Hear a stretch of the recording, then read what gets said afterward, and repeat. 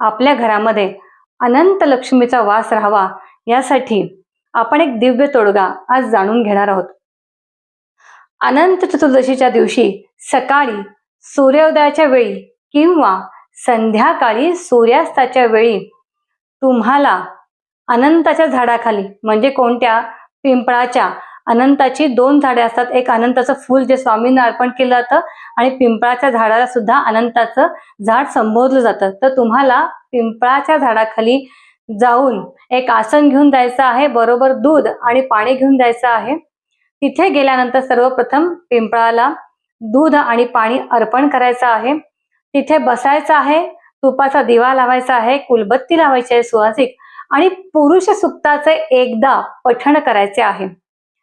पुरुष सुक्ताचे पठण केल्यानंतर पिंपळाला माझ्या घरामध्ये अनंत लक्ष्मीचा वास राहू देत अशी प्रार्थना करायची आहे आणि 3 फेऱ्या घालायच्या आहेत। हा दिव्य उपाय तुम्हाला सोमवार ते शनिवार या दरम्यान येणाऱ्या अनंत चतुर्दशीच्या दिवशी करायचा आहे। रविवारी जर आली तर तुम्हाला करायचा नाही। सोमवार, मंगळवार, बुधवार, गुरुवार, शनिवार यापैकी कोणत्याही दिवशी जर अनंत चतुर्दशी आली तर तुम्हाला हा तोडगा करायचा आहे। तर हा अनंत लक्ष्मीचा उपाय आपण सर्वांनी करायचा आहे आणि तुम्हाला येणारे दिव्य अनुभव मला कळवायचे आहेत। तर असेच नवनवीन दैवी तोडगे जाणून घेण्यासाठी चॅनलला सबस्क्राईब करा। श्री स्वामी समर्थ। जय जय स्वामी समर्थ।